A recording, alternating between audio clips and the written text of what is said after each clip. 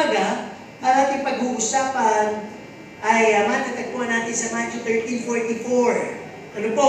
Pero bago yung magtatanong muna ako. Kung ikaw ay may kayamanan, ano po? Where would you secretly keep it? Tama ba yung tanong mo? Sikreto nga, di ba? Sasabihin ba ninyo kung saan nyo itatabi ang inyong kayamanan? Kung sakaling may malaking kayamanan kayo, saan nyo itatabi? Siguro, pwedeng sa ilalim ng higaan. Ano po? At least kung may kukuha, sa gabi mararamdaman mo. Pwede namang sa ilalim ng lupa o underground ng bahay ninyo. No? Nung ako'y may pinagawa ko dito sa may likod bahay, no? So yung may fish pan dyan, yung fish pan niya ganito kataas, pero hindi siya hanggang ilalim ng semento, kalahati lang. Yung ilalim ng fish pan underground, may underground. So may buta siya sa harap na nakakaba, may buta siya sa gilid na may taki pa ng bato.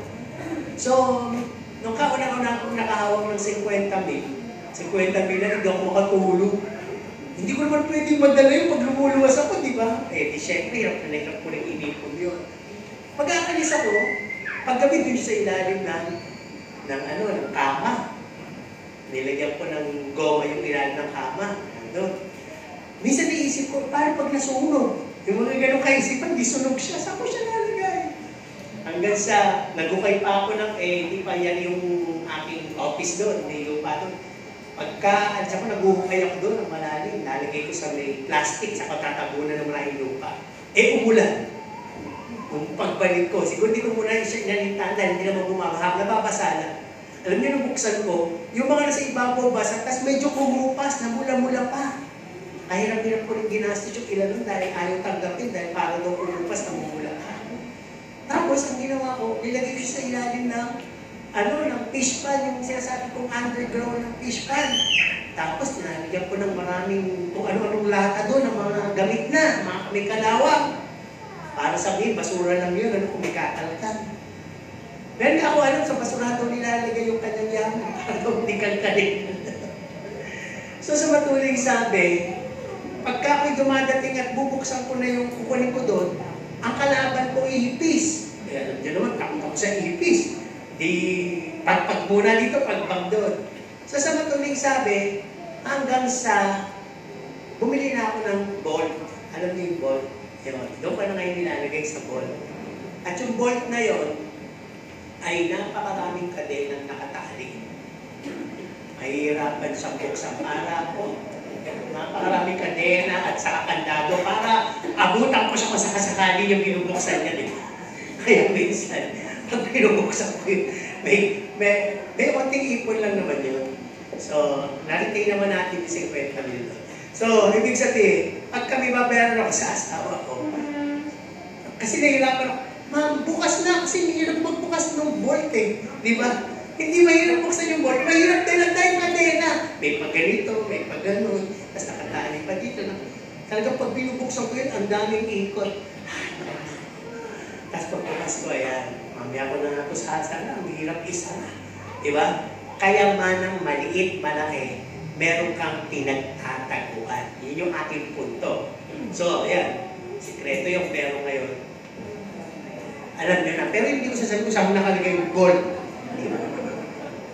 So, pwede rin naman sa bangko, di ba? Kung may milyones ka, kaya lang, sabi ng bangko, ang kaya lang namin i-secured sa'yo ay 500,000. Eh, paano kung ilang milyones yun? Tapos kasunog. Eh, di ang security mo, ang mababalik lang sa'yo doon, ang secured lang doon, halos 500,000. Okay. O pwede rin namang, iba namimili sila ng, nagiging stockholders sila. Lalo na sa SM kaya, bumili tayo ng mga stock dahil yan talaga hindi malulugi yan. Napaka-tibay na establishment yung SM at lumalago pa. So ganoon, may mga pinaglalaanan ka ng kayamanan mo para maitago, maingatan, at hindi mawala. O kung sakasakali ay nagkaroon pa siya ng multiplication, dumagdag pa, dumami pa. So sabi dito, isang pagtanong, trivia. No? Para sa mga nakabili ng tinatawag na gold detector device. Sino may gano'n? Di ba nung mga, siguro nung mga before 2020s or 2000, nauso yung nadidetect kung saan may gold daw yung bahay. Nakakita na kayo yung umiikot na detector, hawak na ganyan, tapos umiikot. So, ang dami na biktima noon na ibinenta yung bahay nila. Dahil binili ng mga naghahanap ng mga ginto na binaon daw ng mga Hapon. At hinuhukay nila yung mga ginto, yung mga bahay. Pero wala naman talaga nakita ng mga ginto.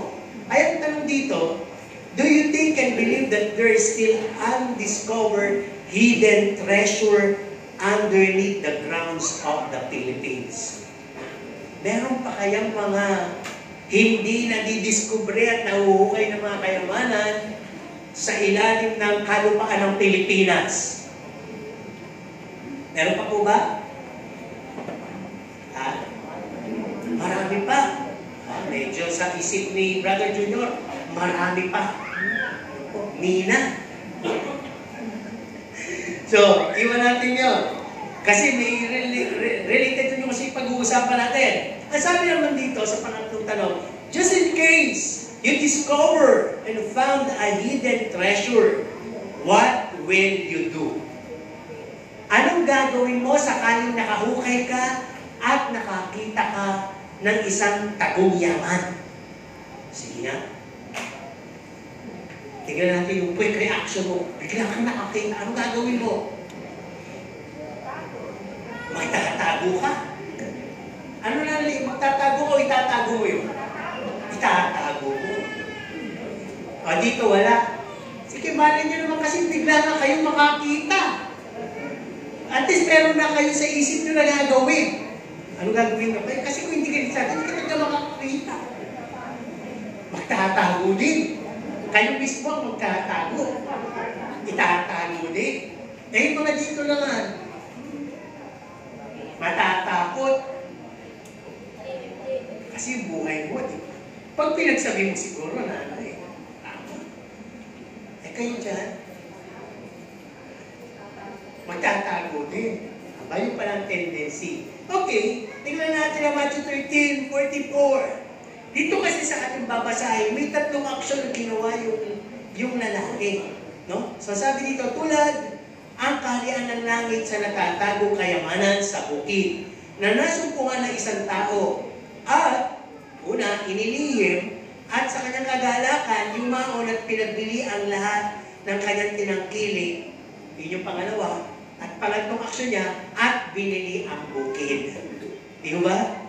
So, nung nakita niya may kayamanan doon sa lupain na yun, siguro, lakad siya doon at napansin niya, binibenta tong kalupang ito, itong lupain ito. Sa kanyang survey, sinusukat niya, o medyo kinakalikot niya, tinitingnan niya kung tama ba, ang lambot ng lupa, mabato ba, pwede bang taniman. Biglang nakakita siya ng kayamanan. No, natatagong kayamanan. Kaya, ang ginawa niya, secretly, tinago niya ito, nilihim niya.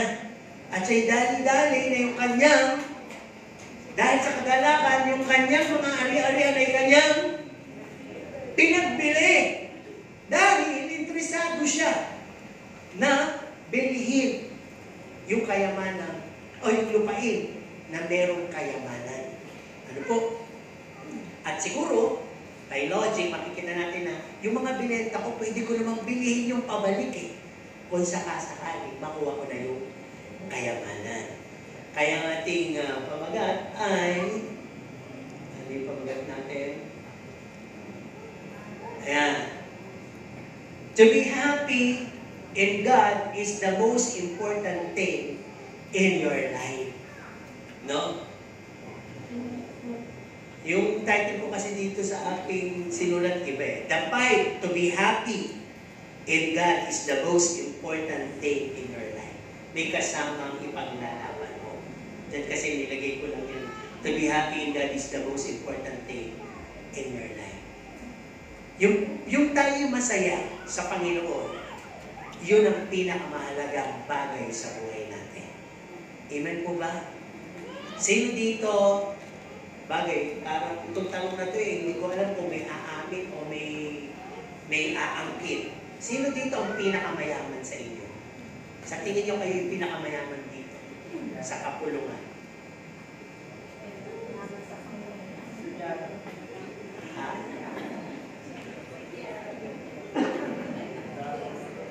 Mukhang nagbibilang kayo Binibilang ba ninyo yung mga lupain nyo, pera nyo sa bangko, ari-arian ninyo? Paano ba masasabing mayaman ka? Di ba? Ang sabi, mayaman ka kapag marami kang lupain, marami kang pera, di ba? At lahat ng bagay sa mundo ay talagang napupuntahan mo, natitikman mo, nabibili mo, naangkin mo, nagagawa mo, at talagang may kapangyarihan ka. Napakaraming sumasamba sa iyo, sumusunod sa iyo, at sa pera mo, nagsasalita ito para may maglingkod sa iyo. Di ba? Ganun yung sinasabing mayaman. No? Pero sino naman dito? Walang nagsabi, di ba? Siyempre, mahirap ka, baka utangan ka pag-uwian. Di ba? Sino naman dito yung sa tingin niya ay meron siyang tamang yaman? Kung tamang yaman na yan. Yung gusto na nakakakain ka ng 3 beses at nagpaspas sa isang araw, nabibili mo naman din yung gusto mo. Nakakain din naman yung gusto mo at nakapupunta ka naman doon sa medyo malapit-lapit at murang destinasyon lang. Diba? Nakabibili ka naman ng sasakyan, nakabibili ka naman ng bahay, damit, diba? Nakabibili ka naman ng gano'n. Medyo mayaman-yaman. Pero sabi, yung walang-wala, sino naman? Wala, di ba? Kasi kung walang-wala ka, wala kang damit. Tama. Tama. Kaya huwag niyong sasabihin, ako'y walang-wala. Meron ka. Kaya lang para sa tingin mo walang-wala ka, ay maaari na ikukumpira mo yung sarili mo sa iba na merong napakarami nun. Sino ang makapagsasabi ng description ng langit? Sa isang payak na salita. Sa langit ay ano? Maraming yelo. Ano ba? Sa langit, maraming ginto. Sa langit, wala nang sakit. Sa langit, puro kagalakan, wala nang iyakan. Sa langit, wala nang luha. Sa langit, ang dami kayong pwedeng sabihin tungkol sa langit, di ba? Nandun ang Panginoon. Sa langit, doon ako dadalhin ni Lord, di ba? Sa langit, wala nang mga stressful responsibility. Tama po ba? Sa langit, wala nang alalahanin. Sa langit, wala nang pagtanda. Wala nang kamatayan. Sa langit, puro kalawalatian, kagalakan, at ang Diyos at ikaw ay magkasama tayo at ang Diyos ay magkasama sa magpawalang hanggan. Ano po? Pag napunta tayo doon. Ano po? Kaya sabi dito, who wants to go up to heaven? May pigil? Amen. Kasi alam ko naman alam natin na dalawang paraan lang naman makapunta ka sa langit. Sa tanong mo, pastor, yung mag-rapture at yung mamatay ka. Diba? Pero swerte mo o mapadad ka kung namatay ka sa langit ka nga talaga pupunta. Naisin mo na. Ano po? Kaya, ang sabi dito, sino naman ang naniniwala pupunta siya sa langit? Tingnan nyo. Alam naman pala nyo sa sarili nyo na yung inyong paniniwala ay kulang pa. Bakit kaya ako nakukulangan? Ba't kaya hindi natin masagot ng mabilis na ako talagang pupunta sa langit? Dahil alam natin sa sarili natin na marami pa tayo kakulangan at pagkukulang. Ano po? Kaya nung aking tinanong, napansin ko din po, with these further questions, napansin ko na hindi kayo masaya sa tanong. No? Magagalit Hindi masaya. Wala akong masyadong nakitang ganitong klaseng ngiti. Ganito lang. Smile lang. At ang sabi yung mukha ng iba parang nagtataka. At yung mukha ng iba takot. Ayaw pag-usapan yung tungkol dyan sa langit na yan. Sabi ko nga kasi kanina, pag yan ang pinag-uusapan, dalawa lang yan, ikamatayan at pagdating ng Panginoon. Ngayon, ibahin natin yung tanong. Hindi na langit. Ang buhay ng Kristiyano ay... Takasan nyo. Ops. Sige, tingnan natin. Let's talk about our Christian journey. As we journey, habang tayo naglalakbay dito sa mundong ibabaw, bilang Kristiyano, masaya ba talaga? Bigyan natin ng ilustrasyon. Dahil minsan, pino ang lakad natin, minsan naman malubak, at minsan naman parang may bagyo. Minsan naman napakahirap, napakahaba ng lakbay, napakainip na. Ano po? At mostly, bilang Kristiyano, andyan yung pagtibay ng pananampalataya mo, yung paglamig ng pananampalataya mo, magkabi-kabila yung mga pag-uusig, yung mga pagsubok, nandyan yung mga tinatawag na nade-delay ka sa paglago, nadidistract ang focus mo, hindi ka makatingin talaga sa Panginoon, hindi ka makatingin sa mga bagay ng kalangitan, at hindi ka makapunta sa talagang destinasyon mo o destinasyon natin, yun nga yung langit. Parang ang dami mong pagdadaanan. It's a whole lot of maze. Para bang isang pasikot-sikot na hindi mo alam kung dead end ba yung makakarating mo, o yung pagbukas mo, bangin na ba? Yung pagbukas mo kaya, impyerno na talaga. Ayaw ba? Kaya sabi dito, nakakasal at nakakatakot. Sapagkat sabi, it's not 100% comfort and assurance ang buhay ng Kristiyano, no? Na walang sasabihin, hindi ka na magkakaproblema, hindi mo pwedeng sabihin, hindi ka na magkakaroon ng pagsubok, sakit, pressure, persecution, at hindi pwedeng sabihin, walang mahanting sa buhay mo. O yun na lang mga gossip and issues, hinahanting ka niyan. At hindi mo na rin pwedeng sabihin na bilang Kristiyano, hindi ka na magugutom, na wala nang mawawala sa iyo, walang mamamatay. Mangyayari po lahat yun. Kaya sabi ang buhay ng Kristiyano, ay merong tinatawag na kasawian, kalungkutan, mga bagay na para bang kung kakantahin mo ang buhay ng Kristiyano yung mga sentry, parang napaka-kontra. Kaya sabihin natin na para bang, ito ba yung sinasabi mo pang pastor na the joy of salvation na meron ang mga Kristiyano? No? Kasi pag-usapan muna natin yung mababaw na kaligayahan ng Kristiyano. Pag tinatanong ko kayo po ba yung masaya? Bilang Kristiyano, bilang anak ng Diyos, masaya po ba kayo sa Usana Fellowship? Ang mga kababaihan sa kanyang fellowship, masaya? Ang kabataan? Grabe, pagod. Okay, ang mga kabataan? Ang mga yung professional? Iilan lang. Kalalakihan? Dalaw kalaki dito, malakas yung boses. Ano po? Couples! Amen. Alam ko masaya tayo doon. Pero shallow ways lang isa yung kasayahan natin, mabababaw lang. Ano ba yung mga minsan ng mga means ng ating mga happiness sa fellowship? Kapag tayo nagtitipon-tipon, katulad nito, tapos may kantahan tayo, nag-worship tayo kay Jesus Christ. Sometimes, pag interfellowship sa hapon, may kainan tayo. May mga events tayo, pag may parties tayo, napupuntahan kaya, may mga concert tayo, masaya tayo. Sa mga practices natin, masaya tayo sa pagbibigay natin, sa sharing natin, lalo na magpapasko, masaya tayo dyan. Nagkakaroon tayo ng kaibigan dito, at nakaka-develop tayo ng relationship, iba ka naging mag-asawa na dito. Nagkaroon na ng kumpare, kumari dyan, inaanak, lahat na nangyari mo dito sa loob. Masaya tayo.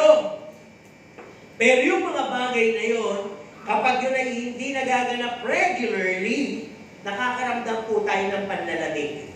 Tama po ba? Kapag medyo napagod na yung mga leader sa kakaambay, medyo nawala yung mga visions natin, medyo nakupod ng konti, hindi tayo napasukan ng mga bagong programa sa loob ng iglesia. At sabi maraming Kristiyanong nakararanas nito, nalulungkot, naiinip, nababagot, at doon nalalaglag sa tinatawag na they got into petty issues. Kaya dahil walang mga aktibidades, walang patuloy na kagalakan, kasiyahan, nahuhulog dun sa mga petty issues na tulad ng mga daldalan, chismisan, siraan, kampihan, bakbakan dito, bakbakan doon, hiwalayan.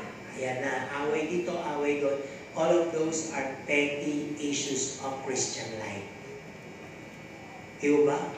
Ngayon, doon sa lahat na sinabi ko, ang tanong, nandun pa ba yung kagalakan ng kaligtasan mo? Diba? You even ask Jesus, why? Bakit sa loob ng church, meron akong kaaway? Bakit sa loob ng church, ang dami kong nakikita? Bakit sa loob ng church, hindi maibigay yung hinahanap ko na kapunuan? Yung satisfaction spiritually hindi ko makita. Sa totoo lang sabi nga, because maraming Kristiyano, no one seems to like and participate in a deeper divine sacrifices. Kung yun nga lang mga masasayang ginagawa natin, pag linggo na hapon, bibihira na yung nagpa-participate doon, mas maraming magagalit. Maraming tumatakas. Ayaw mag-participate sa fellowship ng kababaihan, kalalakihan, couples, youth, teens, young professional, etc.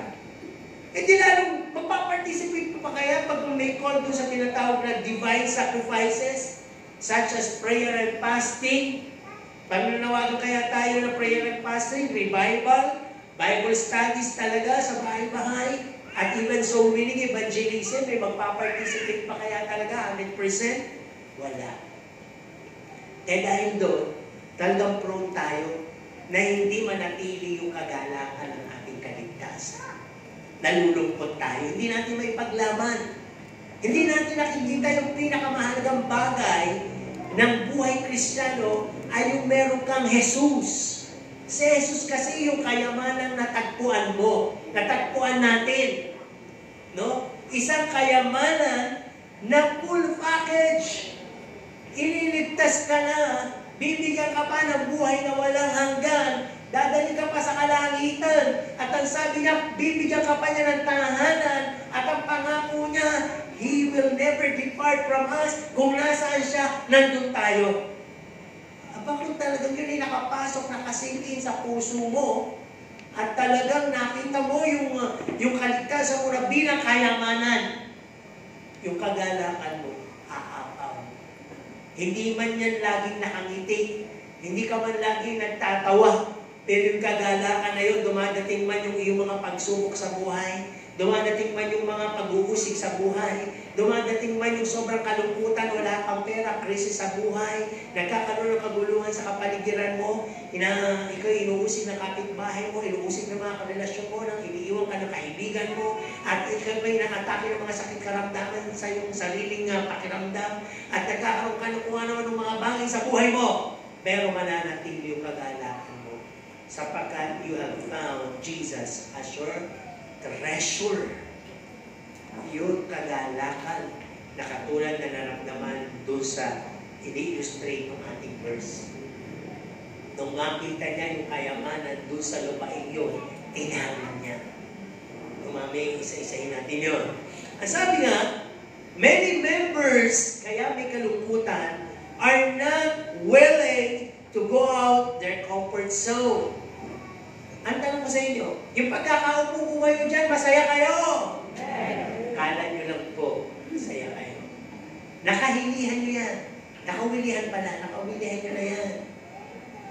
Yung kapag kalinggo na hapon, may interfellowship tayo, masaya po ba kayo? May mga games doon masaya kayo?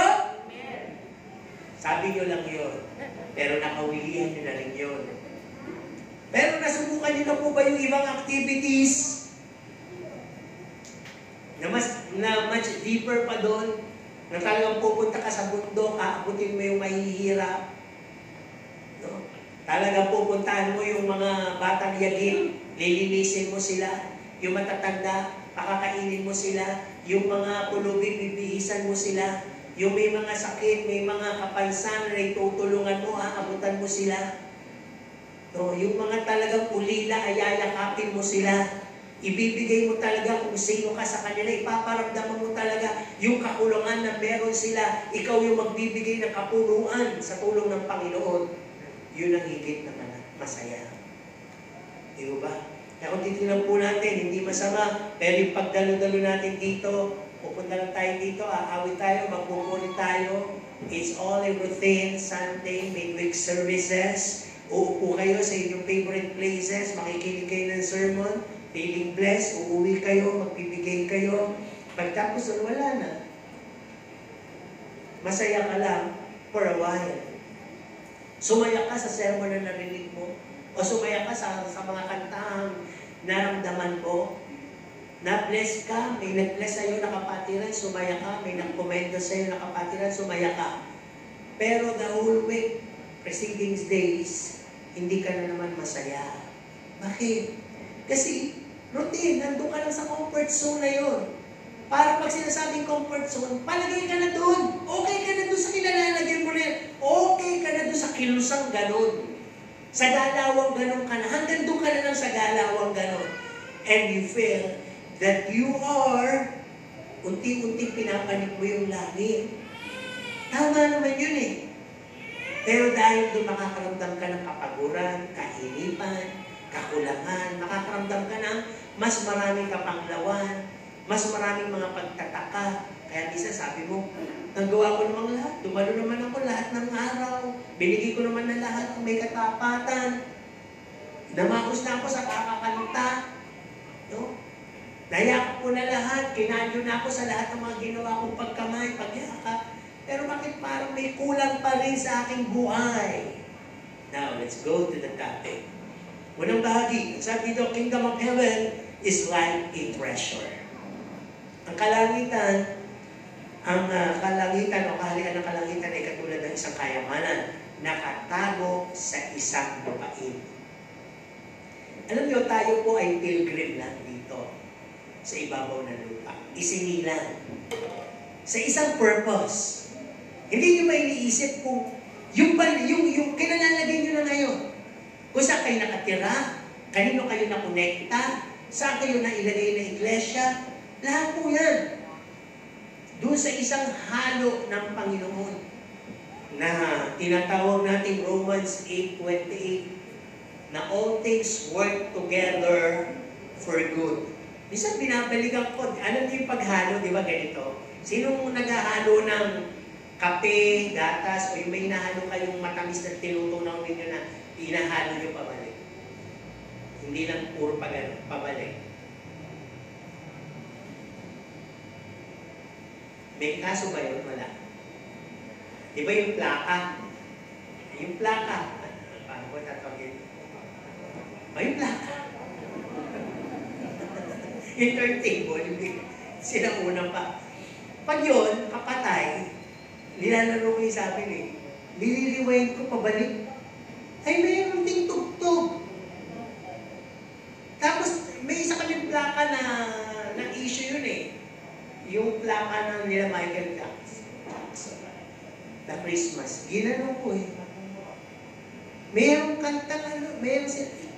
It's fun to smoke marijuana. It's fun to smoke marijuana. Meron nga. Pag ni-rewind.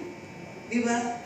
So, ang gusto ko lang sabihin dito, kung ano na kayo ngayon, nasaan na ba kayo ngayon, saan kayo nakatira, kanino kayo konektado, saan kayo dumadalo, balikan nyo muna lahat. Saan ba kayo nanggaling? Kailan ba kayo sinila? Kasi ako pag binabalik ako, sino ba magsasabing naging pastor ako dito? Dati, pumupunta lang kami dito, nandun ako sa likod ng sasakyan, nakaupo, habang bumaba sila mami dito, nakatingin lang ako dyan sa labas sa harap ng gapan. Hindi ko naman alam magiging pastor pala ako dito. Sila lang yung bumababa, kinakausap yung pastor dito. Tapos aalis na kami, uuwi na kami ng Maynila. Diba? Tapos tumaki ako sa Maynila. Naging doon nga, sumisimba kami, yung pastor ako doon. Tapos hanggang dinala ako dito. Biglang isang araw, iniwan ako dito pagtapos ko, nag-aaral ako ng Bible School. Sabi natin ko, pastor ka na dito. Ha? 1993 yun. Anong taon na kagaya ngayon? Diba? So kung titignan ko, all things work together for good. Tapos syempre, pagdating ko dito, hindi lang ako basta pastor na single. Kung bakit nakilala ko si Sister Luz, na classmate ng kapatid ko. Na nagkatinginan kami, long story short, naging magkasama kami, ngayon kasama ko na dito. Naku, hindi ibig ko sabihin. So yun lang yun eh. Di ba? Sino mag-aakala na yung mga bagay na yun magiging potential pala as future na magiging pastor pala ako, magkakaroon ng asawa tutulong sa akin, tapos yun, magkakaroon ako ng anak na matatalento, lahat tumutugtog na rin. So lahat po pala yun, full package ng kayamanan ng kaligtasan. Pag yung palang iisipin ko sa ministeryo binigay sa akin ng Panginoon, yun yung tinatawag na kaligayang hindi maampan. Tamang hindi nga natupad yung mga nais namin, yung gusto ko pumunta ng Amerika dahil nurse ako, o yung asawa kaya, meron siyang ibang profession. Pero yung binigay naman ng Panginoon na paglilingkod sa amin, bagamat hindi naman masasabing mo na wala ng mga tinatawag na pag-uusig at pagsubok, hindi naman yun naka-apekto eh. Bahagi lang yun ng paglago. Bahagi lang yun para mas maramdaman mo pagtapos nun yung kagalakang meron ka. Kaya pala may mga pagsubok ng anong katindi. May mga pag-uusig na ganong katindi. May mga pressure na ganong katindi. Para yung kagalakan mo sa Panginoon, lalong matindi mong maramdaman. Maipaglaban mo. Hindi mo sisihin ng Panginoon na magmula nung ako'y na-born again. Kasi kung ganyan, magmula nung ako'y na-born again, bakit ganito? Ay para kang bumabalik, hinahamon mo yung sitwasyon ng buhay mo na bumalik uli sa unang pagkakataon na nakilala mo siya. Walang masama. Pero lahat tayo, o karamihan sa inyo, nang una yung nakilala ng Panginoon, tuwang-tuwa kayo. Amen po ba? Hindi po kakaiba yung sinasabi ko dahil ito yung naramdaman ng mga taga-Epeso. No, kaya lang sila nagpapatuloy. Ang hindi na lang nila nalaman, wala ng puso yung kanilang ginagawa. Puro na lang kakayanan, abilidad at effort. Pero yung tunay na pag-ibig sa Panginoon, wala na. Wala na yung first love. Diba? Kaya yung tanong, masaya ka ba bilang Kristiyano? Baka kasi tamang may ministeryo ka sa loob, nagagawa mo lang by all effort and abilities and by assignment or by routine. Pero yung talagang connection mo, yung pag-ibig mo sa Panginoon, ay hindi na nagsisilbing kayamanan. Isa na lang siyang parang plain office, plain ministry. Na pag naganap mo, parang ang laki pa ng utang na loob ng Panginoon sa'yo dahil ginanap mo. Diba? Para bang hindi mo man sinasabi, ay, Panginoon, dapat pakihalingin mo ko ay, Panginoon, dapat magpalain mo ko ay, Panginoon, dapat i-bless mo rin ang mga pamilya ko dahil napanganap ako sa iyo. Nakadalo ako ng 7 araw sa loob ng 1 linggo kung meron Nadalo ko lahat ng midweeks nakumpleto ko, talagang nakaatin ako ng linggo, hindi ako natulog Ayan. Diba? Kasi di ba, yung mga umibig, sino ba yung mga umibig? Sa pag-ibig, may nararamdaman bang kagalakan? Uy pa siyempre! Di ba? Balik tayo doon. Di ba sabi, huwag mong ibigin ang kayamanan sapagkat ang puso mo ay will go to the kayamanan pag yun ang inibig mo. Do not love those treasures of the world because your heart will follow. Pero ngayon, i-apply natin ito dun sa kung yung iyong kaligtasan ay tinuturing mong kayamanan napakadakila, maliligayahan ka. Yung pag-ibig mo sa Panginoon ay todo-todo maliligayahan ka. At kasama ng kaligayahan yun, yung salitang kakontentuhan. Hindi mo kailangan yumaman, hindi mo kailangan mabili ang lahat ng magagandang damit at makain ng lahat ng masasarap na pagkain para lang lumigaya. Yung malaman mong may Jesus ka, super ligaya mo na. Diba? Kaya yung malaman mong meron kang Jesus ay isa na pong napakalaking kayamanan sa buhay na dapat mong ikagalang. Yun ang pinakamahalaga sa buhay na dapat mong ma-establish. Okay, balik tayo. Kingdom of Heaven is like a treasure hidden in the land. It's talk about the salvation. Yung kaligtasan, yung benepisyo nito, yung access nito, eternity. No, papasok dyan ang Romans 6:23. We have received the gift of God, eternal life, na dapat pinaparusahan tayo dahil sa ating mga kasalanan, kamatayan dapat ang ating tatanggapin. Pero tinanong tayo, gusto mong ma-pardon? Gusto mong hindi ka na mamatay? Gusto mo ba ng buhay na wala hanggan? Abay, oo! So receive Jesus. Ni-receive natin si Jesus. Pumasok tayo sa Romans 6:23. At alam niyo, nagkaroon tayo ng full access. John 1:12, naging anak tayo ng Diyos. At ang John 14:6, nakilala natin yung nagsasabing, I am the way, the truth, and the life. No one comes to the Father except by me. At ano bang sabi? Tinanggap din natin yung pag-ibig ng Diyos, John 3:16. That God loved the world, He gave His only begotten Son, that whosoever believeth in Him, I believe, you believe, we believe, nagkaroon ngayon tayo ng eternal life.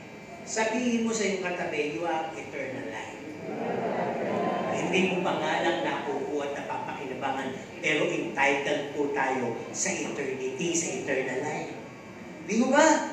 Kaya sabi kayamanan yan eh. Kung hindi ka pa mamamatay, hindi mo maiintindihan yung sinasabi ko. Pero sa mga mamamatay na, o nasa bingit ng kamatayan, marami na ako nasaksihan, naubod ng yayaman, pero mamamatay na. Kung papipiliin sila, kayamanan o buhay, ano kaya pipiliin nila? Buhay. Kasi walang magagawa yung kayamanan kung talagang wala na. Diba? Minsan kami na sa ospital, tama nung nanganak Sister Luz, sa aming pangalaman. So nagbabayad ako. Nung ako'y nagbabayad, nagre-reklamo yung, hindi ko alam kung yan o sekretary ng Ubod Yaman, yung chick na yun ay namatay na nga. Sabi niya, ano ba? Kanina pa ako nakapila dito, alas 8, mag-aalas 10 na. Ano, nakapila din, di ba? Wala naman right magreklamo doon, nakapila nga eh. Sabi gano'n, yung amo namin patay na, kanina pa. Dadalhin pa sa morgue yun, magbabayad na lang kami, hindi pa nyo ma-assess. Ito, bill niya, 3 million. Sabi niya. Sabi ko ako, ito na yung babayaran ko, nakapila nila, ba't 3 million? Ano gusto sabihin? Ibig sabihin, 43 million, dapat mauna ka. Di ba? Parang nasa isip ko na, ibig sabihin, 43 million, may karapatan ka mag-ingay, magreklamo, nakapila naman lahat. Di ba? Doon ko nakita at naisip din na, biro mo mamamatay na siya, hindi niya napakinabangan yung binabayad niya doon sa mga bagay sa ospital para mabuhay siya. Ngayon lalabas siyang patay, magbabayad pa rin siya. Almost 3 million. Di ba? Kaya, ang sabi sa isang tao mamamatay na talaga, tanungin mo, kung yung Ubod Yaman, ano pamimili ko sa sakaling bumuhay ka? Yung yaman mo o buhay? Ipiliin mo yung buhay. Di ba?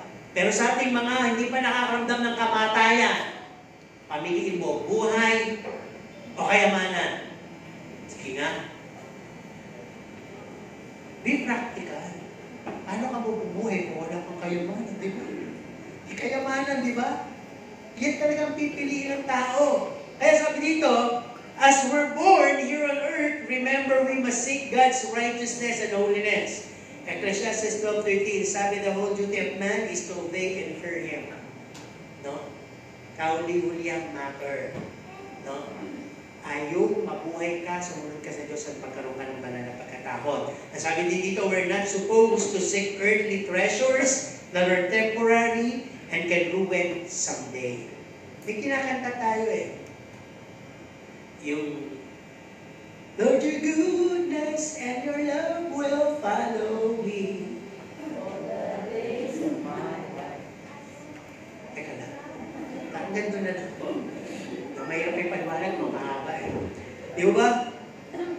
Bilang isang Kristiyano, ang hanapin natin huwag yung literal, material things. Kasi magpapahabol po yan hanggang gusto niya. Papaguring ka lang yan. Kakahabol. Pero yung goodness of God, favor, mercy, and love, sinusundan ka. Sino nakakita na ng kanyang anino? Di ba sa TikTok natatawa ko sa mga bata eh. Takot sa anino, umiiyak. Dahil may anino, natatakot sila. Pero yung anino na yun, hindi pa nila kasi alam na, kaya may anino dahil may sinag sa harap nila. Kaya anino na sa likod. Yung goodness, favor, love, and mercy of God, parang anino, kahit saan ka pumunta, in all side, ang Diyos na sa likod mo, nandito ang favor niya sa harap mo. Ang Diyos na sa harap mo, nandito ang favor niya sa likod mo. Nasa tagiliran mo, nandito pa rin siya. Ganun sumusunod ang favor and goodness ng Panginoon. Kaya bilang Kristiyano, hindi ka kailangan humingat sa kakahabol sa kayamanan. Sapagkat ikaw na mismo ay hinahabol na ng kayamanang espiritual na galing sa Diyos. Di ba? Doon pa lang dapat magalak ka na. Entitled pala ako sa goodness and mercy and favor of the Lord. Follow me all the days of my life. Woo! Di ba?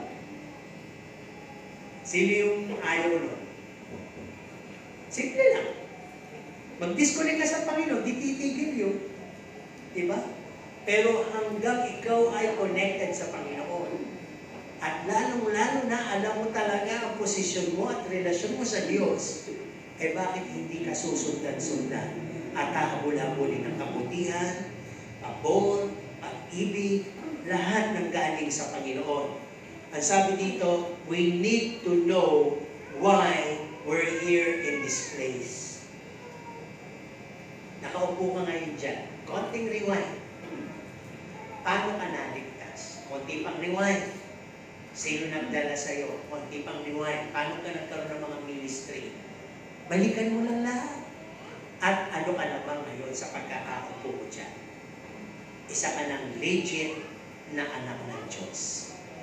Di ba? Kaya kung titignan mo, ang sabi nga 1 Thessalonians 5:18, wala kang dapat gawin kundi magpasalamat lang sa lahat ng bagay na pinapayagan ng Diyos sa buhay mo. Siyang bahala. Hindi siya nagkakamali sa lahat ng dinisign niya, sa lahat ng path na nililid ka niya, hindi siya nagkakamali.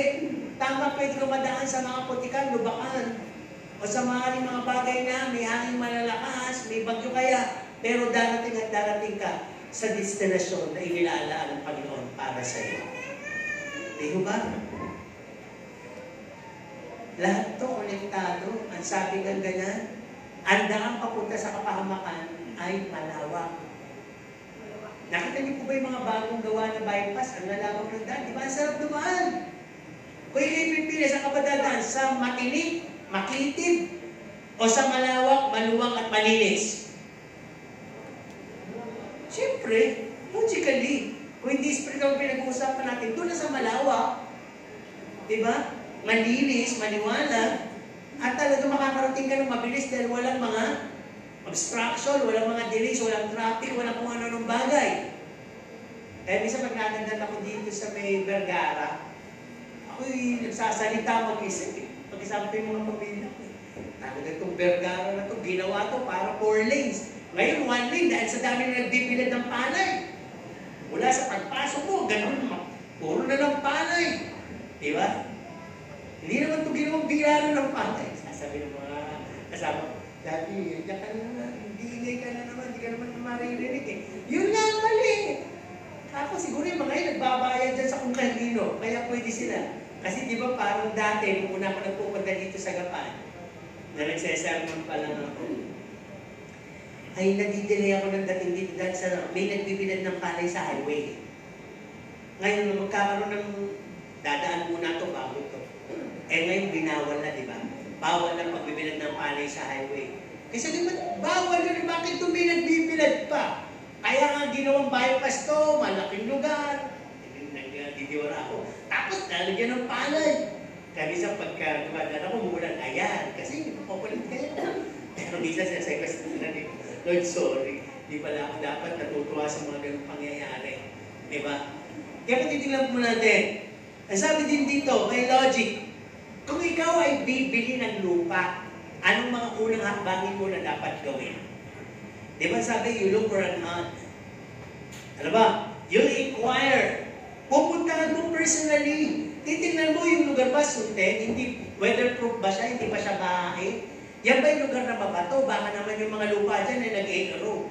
Kumikilos, gumagalaw. Hindi kaya yan, lugar na para bang, kung sinasabi ng mga businessman o ng mga may pamahiin hindi pa lugar na malas.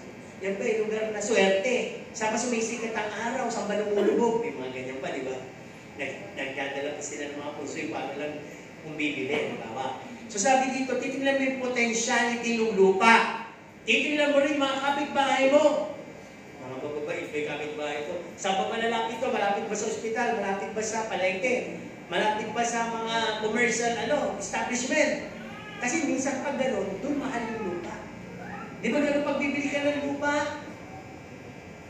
So ngayon yung kaligtasan, ang tanong dito, paano mo natagpuan ang kaligtasan mo? Siyempre, paano ka naligtas? Bago ka naligtas, ang sabi dito, naghahanap ka kasi ng sagot. Merong mga pangyayari sa buhay mo na hindi mo na kaya, naghahanap ka ng sagot, naghahanap ka ng himala, naghahanap ka kaya ng breakthrough, naghahanap ka ng supernatural na pangyayari sa buhay mo. Kaya dahil doon, maaaring nakot ka. Dahil nagkaroon ng isang krusada, nagkaroon ng isang concert, nagkaroon ng mga soul winning, isang grupo ng iglesia, Nagkaroon ng sharing ang friend mo sa'yo. Nagkaroon at nabuksan mo ang radyo. At nabigyan ka ng track sa basa mo.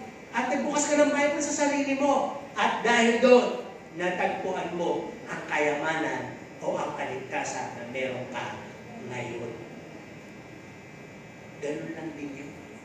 Kung paano ka naghanap ng lupa, ganun mo din natagpuan yung kaligtasan. Nakinig ka eh. Nagpunta ka kasi doon.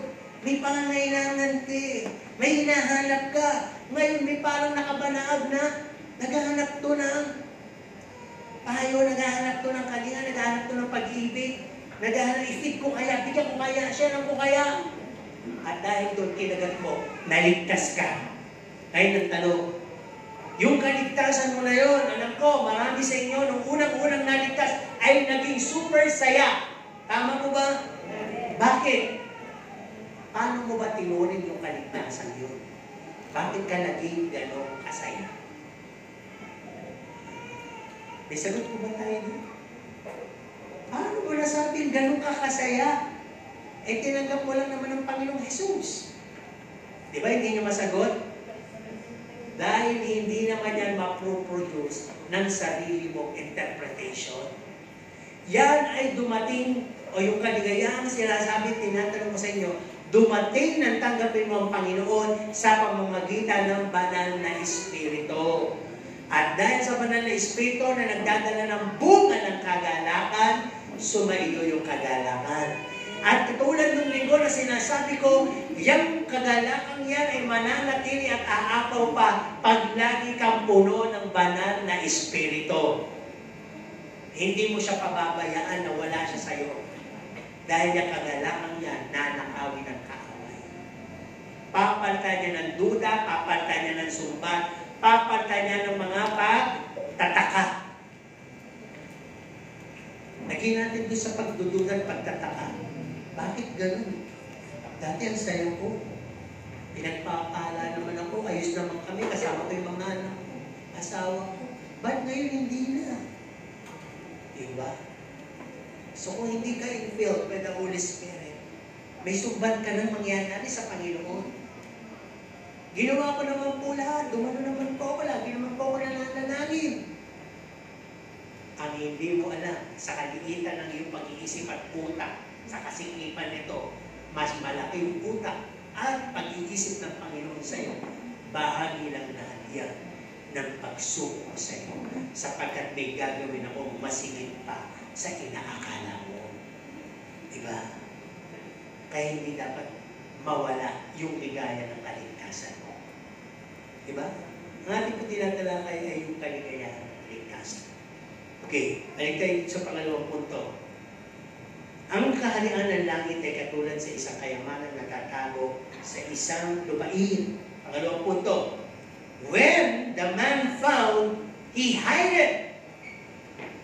Tinago niya. Yung pinag-uusapan dito, kanina kasi salvation sabi ko, di ba? Ba't sa tinago? Ibig sabihin ba, pagka nakilala mo Panginoon, kung may pagsasabi, hindi yun. Doon tayo sa, yung explanation dito is, when he found the treasure, nagkaroon siya ng interest sa kanyang sarili. Nagkaroon siya ng isang panukala, isang pananaw sa future. Nagkaroon siya ng better plan and option. Napakalaking kayamanan nito. Napakalaking halaga nito. Kumpara sa kung meron ako ngayon. May bahay ako, may sasakyan ako, may hali-halian ako. Higit pa doon yung kayamanan ito. Kaya dali-dali niya ito, tinago. At, nakita niyo sumunod na salita doon? Ang sabi, no, nung nasumpuan ng isang tao, inilihim at sa kanyang kagalakan. Nung natagpuan niya yung kayamanan, nagalak siya. Woo! Sa kanyang kagalakan, anong ginawa? Dali-dali siyang umuwi at ibinenta yung kanyang ari-arian. Ano po? Kaya kung titilan po natin dito, he found interest. Nagkaroon siya ng interest. Ang sabi, nakakita siya ng magandang kabukasan, magandang buhay na mangyayari, nagkaroon agad siya ng plano. He sees the greater value of it than what he has. Mas malaking value nito sa kung anong meron ako ngayon. No? Kaya sabi, he was able to leave and dispatch the old and go for a new possession. Yung ba? Yung oportunidad. Parang ganito yan eh. Diba? Yung buhay mo na puro ng kapuotan, puro ng mga miserable, puro ng mga problema, puro ng mga bintang, puro ng mga kung ano-ano klase, bahid ng kasalanan, mga karumihan. Biglang nakakita ka ng bagong buhay. Hindi ka ba willing ipagpalit yun sa inaalok ng Diyos sa'yo? Ganito yung nangyari kasi kay Maria Magdalena eh. Hindi na siya pwedeng magtago. On the up na siya. Nakita, no? Na on the up na sa kasalanan pangangalo niya. At alam naman natin, yung parusa ng panahon na yun ay babatuhin ka sa plaza. Ano yung dala-dala ni Maria Magdalena ng panahon na yun? Kahihiyan at takot. Guiltiness. Patayin ka dahil sa hindi ka mamamatay ng marangal, mamamatay ka na napakababang uri. Di ba papatayin ka?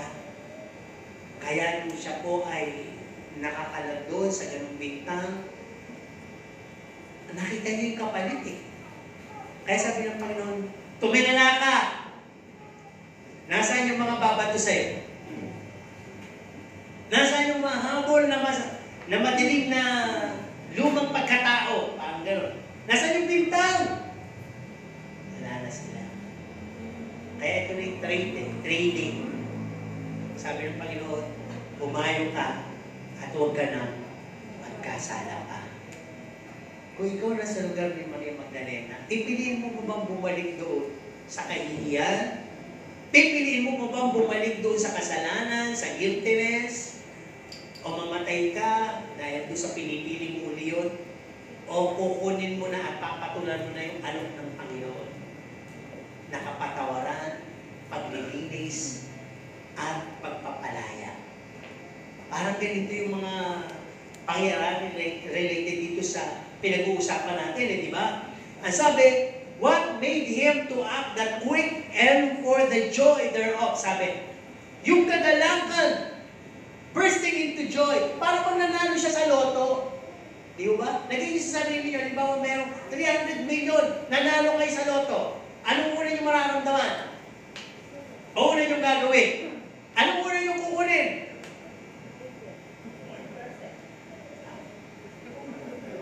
Pera.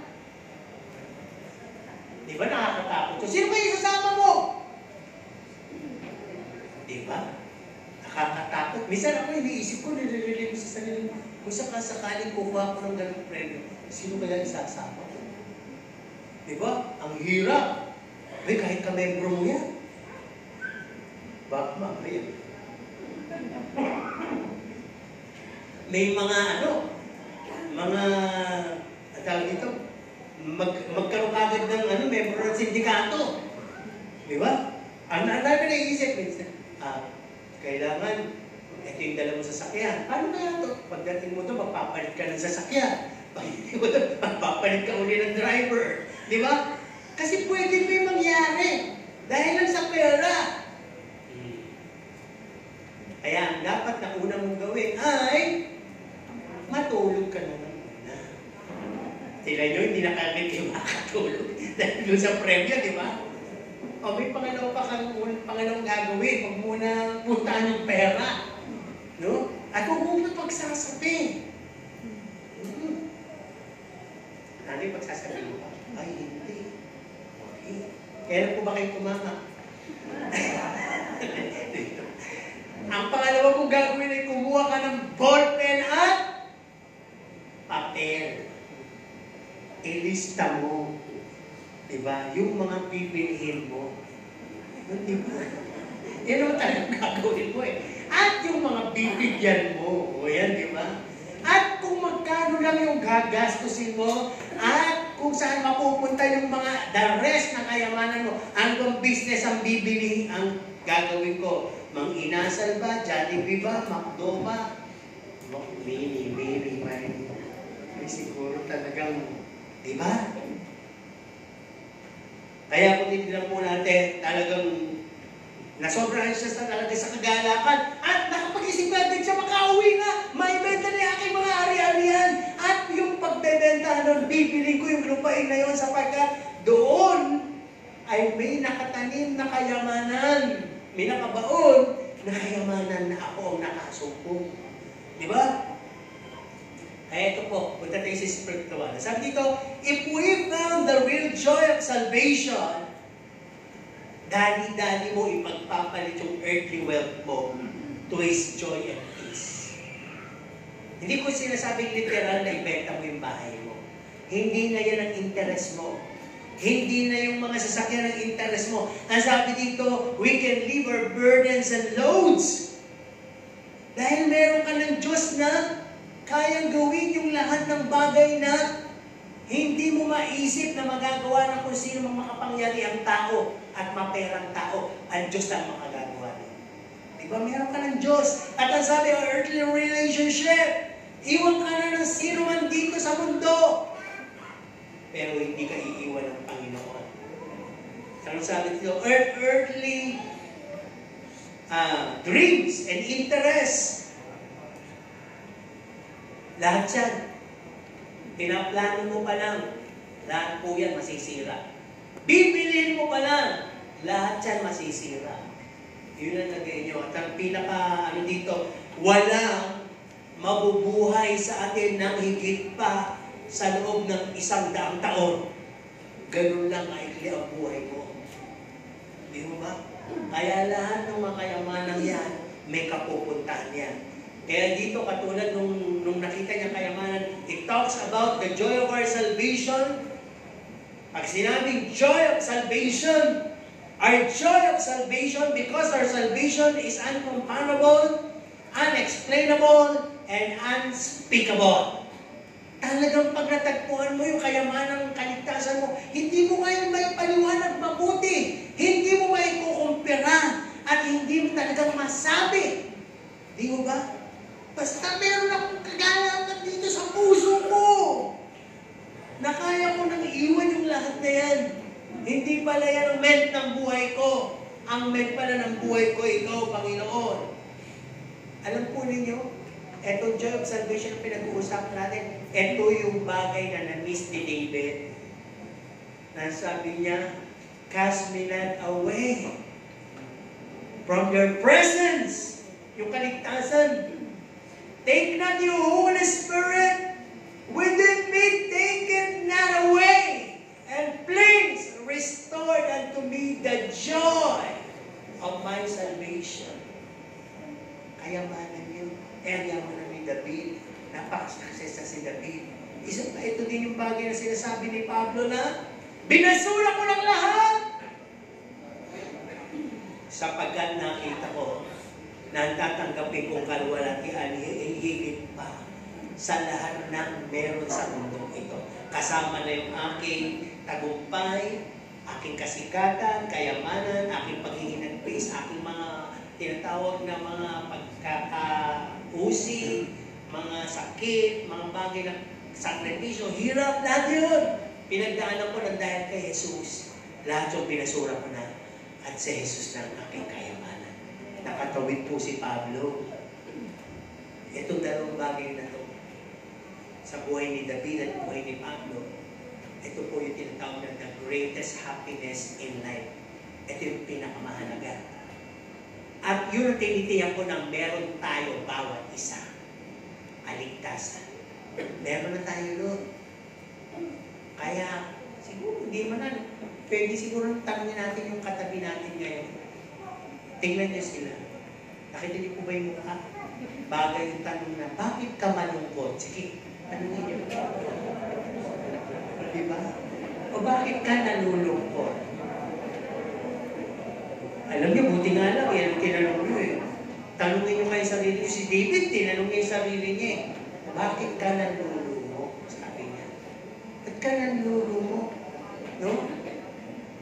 Sa dami ng tagumpay mo sa gera, sa dami ng dinaanan mo sa buhay, nanlulumo ka, nilibyo niya yung sarili niya, nung sabi niya, pupuri ka pa sa Diyos, bakit ka nanlulumo? Magpupuri ka pa sa Diyos. Yung kaligtasan kasi, napakalayo po nun. No? So, tingnan natin, katlong bahagi. Thereof he goeth and selleth all that he had buyeth that failed. No? 16th century yung pagkakagamit ng English. Ang sabi siya, humayo, binenta kanyang ari-arian, at binili niya ang lupain. Ang tanong dito, why would you sell your rightful property that way? Ba't mo ibibenta ng ganun kabilis yung ari-arian mo? Diba? Baka kasi mawala yung chance. Baka may makakitang iba at may makabili pang iba. Diba? At lagi din natin sinasabi, ang kaligtasan ngayon na. Dahil baka bukas, huli na. Baka bukas, ay ano, patay ka na. Di ba? At ang sabi dito, not to lose the chance. At ang sabi dito, to move for a better match of a valued property. Potential na yun eh. Tama yung ibenta ko. Sabi niya siguro, maganda naman yung bahay ko. May kotse ako. May ari-arian ako. Maganda yung lokasyon. Pero di bali na. Bebenta ko yun. Dahil yung bibiling ko, makabibili naman ako ng bago ulit. Di ba nakita niya? Ibig sabihin sa buhay pa nito, ano ba yung mga pinanghihinayang? Ba't hindi ka makasunod sa Panginoon? Yung business ko kasi, baka malugi eh. Yung profession ko kasi, pinag-aralan ko kasi, sayang naman. Kung hindi ko ipupursue. Di ba? Yung kasing relasyon ko eh, yung BF ko, yung GF ko, hindi ko mapagbigyan eh. Kasi, pagka daw hindi ako nakireliyon sa reliyon niya, hiwalay na kami. Di ba? Eh, kasi nararamdaman ko, hindi ko talaga kaya, masakit na. Yung kondisyon ng aking katawan, masakit na rin. Matanda na ako, marami na akong kapaguran, marami na akong pinaglingkod sa Panginoon eh. And plus the petty issues na kung bakit hindi ka masaya. Eh, marami naman ako yung titisura dyan sa loob eh. Marami naman ako mga bagay na nasakta na sa sermon dyan sa loob eh. Marami naman kasi hinihingi dyan sa loob eh. Marami naman kasi requirement dyan sa loob eh. Marami naman kasi bawal dyan sa loob eh. Pag ganon, ang naging issue sa buhay, sa kaligtasan versus sa kaligtasan mo, you don't find your salvation as a treasure. You find your salvation as a trash. Nakita mo yung kaligtasan mo kaya hindi ka masaya. Na hindi kayamanan, kundi basurang lahat. Kaya ngayon magtataka ba't hindi ka masaya. Sinong sasaya sa nagdadala ng basura? Tama po ba? Masaya ka sa kaligtasan mo kung ito talaga ay kayamanan ng dating sa buhay mo. Hindi mo din magpapalit. Sabi ni Satanas, amin na, papalitan ko yan ng kaligayahan. He even tested Jesus Christ. Di ba? Puro ka na ng lungkot. Sunod ka sa Diyos naman. Katawang tao ka. Total tao ka. Nararamdaman mo yung gutom. Nararamdaman mo yung layaw. Alam ko, gusto mo rin maglagalag. Gusto mong sumaya. O ikaw, Jesus na tao, nakita mo bang lahat yan? Nandyan lahat ng kalayawan. Nandyan lahat ng mga bagay na kasikatan, kanintingan sa mundo. Nakikita mo ba? Bibigay ko sa iyo bilang tao. Lumuhod ka lang sa akin. Pero sabi ng Panginoong Jesus, di ba? Tinuring niya yung kanyang misyon na kayamanan. Pag sinabing kayamanan, isang bagay na hindi mo bibitawan. Isang bagay na natuklasan mo at sa'yo lang yun.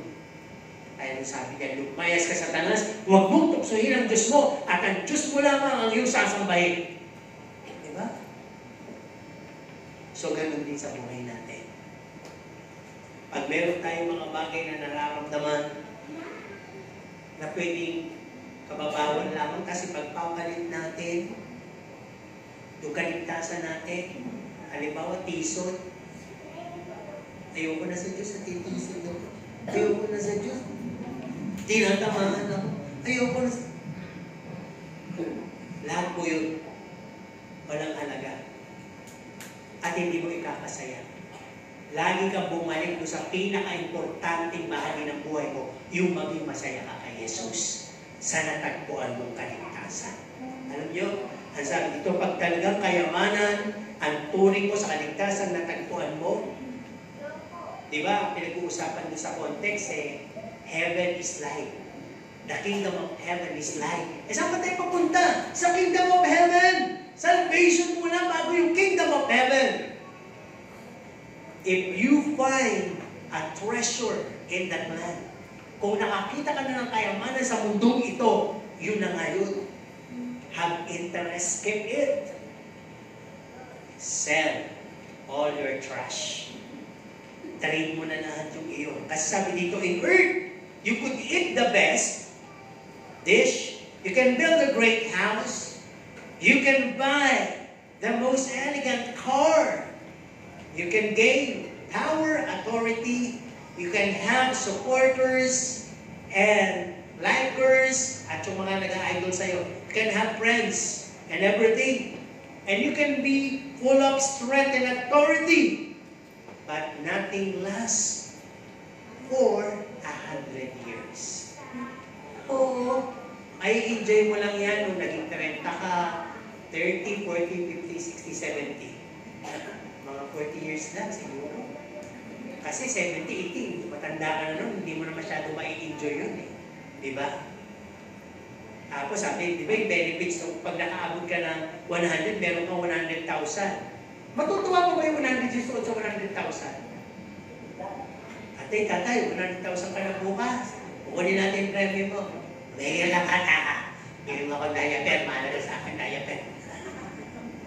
Mahalaga pa sa akin 100,000. Wala na. Ano sabi ng mga nag-aalaga? Totoy, unting panahon na lang. Huwag ka nagkaka-stress. Dapat abutin mo yung 100,000 nang makuha mo yung premium. Ang kuha rin yung nag-aalaga. Di ba? Makikinabang yun talaga. Ano medyo, bata-bata pa. Ano ba kayo ng 100 years old sa 100,000? Wala na. Di ba? Alam niyo, mas na-appreciate pa nila yung mga pero nung sinauna eh. Yung mamera, yung naaalala nila yung pag-una na edad, bumabalik sila doon sa value ng pera nila. Tama naman yun na mas naaalala natin yung mga panahon ng bata tayo kaysa yung panahon ng isang buwan lang. Diba? So, ganun po. Patitignan natin. Sa mundo, ganun. Pero sa langit, ang sabi, in heaven, eternity is all about. We see. It's all glorious, no more stressful responsibilities, no more heaviness, sickness, no more pain, no more tears. All is just worship and be with Him forever. O saan ka ba? Lupa o langit? Ang hirap sagutin, di ba? Kasi kung sinagot nyo saan, tapos na tayo. Ayaw nyo sumagot, magpapaliwanag na naman ako. Di ba? Magpapaliwanag na naman ako. Tingnan natin ang reflection nito. Sabi dito, how could you picture your found salvation? Paano mo isasalarawan ang natagpuan mong kaligtasan? Tapos sasabi dito, ito naman, pangalawa, how about the impact and value in your life? Ano bang impact niyan sa buhay mo? Halimbawa, nabago ka ba talaga? Nakikinabang ka ba talaga sa kaligtasan yan? Meron na bang mga iba pang naligtas naman sa'yo? Yun yung mga impact. Kaya sabi ko dito, hindi ko nakipahirapan, kung hindi mo na isalarawan at masasabi mong boring, wala na. Paano kaligtasan mo? Wala na. Uy, magsalita ka. Pag ganito daw ang sabi, it means you haven't yet found the true treasure of your salvation. Yung value. Hindi mo pa nakita talaga. That's why you can still feel sadness, loneliness, emptiness, though you are a Christian. Christian ka lang sa pangalan, pero hindi mo siya natagpuan as pearl of a great price. Di ba? Hindi mo siya natagpuan na ganong katindi ang value ng kaligtasan. No impact! Sabi dito, pag wala daw impact, all you are doing now is just a waste, a trash that's being blown by air here and there. Nakita na kayo yung dahon na tuyo. Pag nalaglag na, ipa ng hangin doon, ipa ng hangin dito, hanggang makakapakan, hanggang madurog, hanggang maging buhangin, alikabok o abo. Parang ganun yung naging kaligtasan. So napakahalaga po Hindi lang tayo makontento na malamang ligtas tayo. Maramdaman po natin Saliksingin natin mabuti. Dapat maging masaya ako sa natagpuan kong Jesus sa buhay ko. Dahil yun ang pinaka-importante. Kristiyano na ako ngayon, hindi ako nabubuhay para lang magtrabaho. Hindi ako nabubuhay para lang mag-aral. Hindi ako nagbubuhay para lang mag-asawa. Hindi ako nabubuhay para lang mapagod sa mundong ito. Ang pinakamahalaga sa mundong ibabaw na to ay masaya ako sa natagpuan ko kaligtasan kay Jesus. At kung ano-ano mga bagay na magbibigay kontribusyon kung paano ko sasaya, ay dapat nangalaman ko pa. Ano ba yun? Ano ba yun? Dapat ganun tayo. Di ba? Sino dito ang kaya niyang pasayahin ang kanyang sarili? Ay ba, nalulungkot ka, ano yung mga solusyon mo? Ay ba, umuulan? Ulan na ng ulan ng 7 araw. Di ba nakakalungkot yun? Para sumaya ang sarili mo, ano gagawin mo? Kakanta ka lang? Worship. Worship. Worship. Di ba gagawin mo yan, o?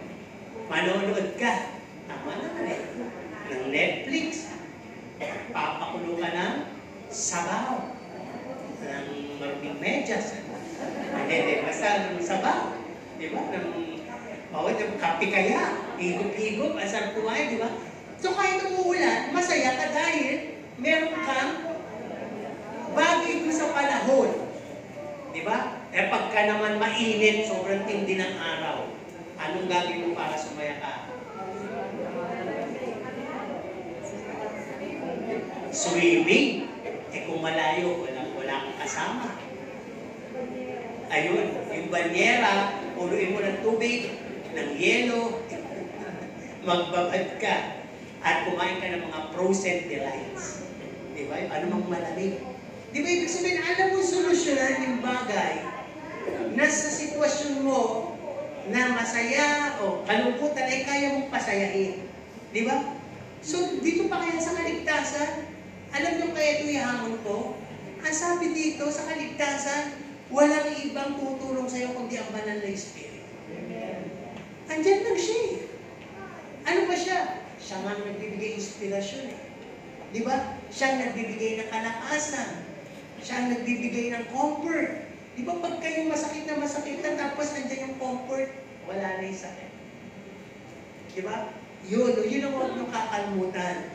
Kaya sabi dito, to be happy in Jesus is the most important thing. To be happy in God is the most important thing in your life. Do not neglect from the Spirit. Amen po ba? Amen. Kaya sabi, sa pauli, conclusion, you can only trade earthly things and live them if salvation has really found you. Kung natagpo ka talaga ng kaligtasan, may iwan mo yung mga earthly interest. Ang sabi dito, and if you see your salvation as a treasure, that is Jesus. Pag yung kaligtasan mo ay natagpuan mo talagang kayamanan, si Jesus talaga yung nakita mo. Si Jesus talaga yung tinanggap mo. Hindi yung church, hindi yung pastor, hindi yung fellow member sa loob. Si Jesus talaga, doon ka nagkaroon ng relasyon. Amen po ba?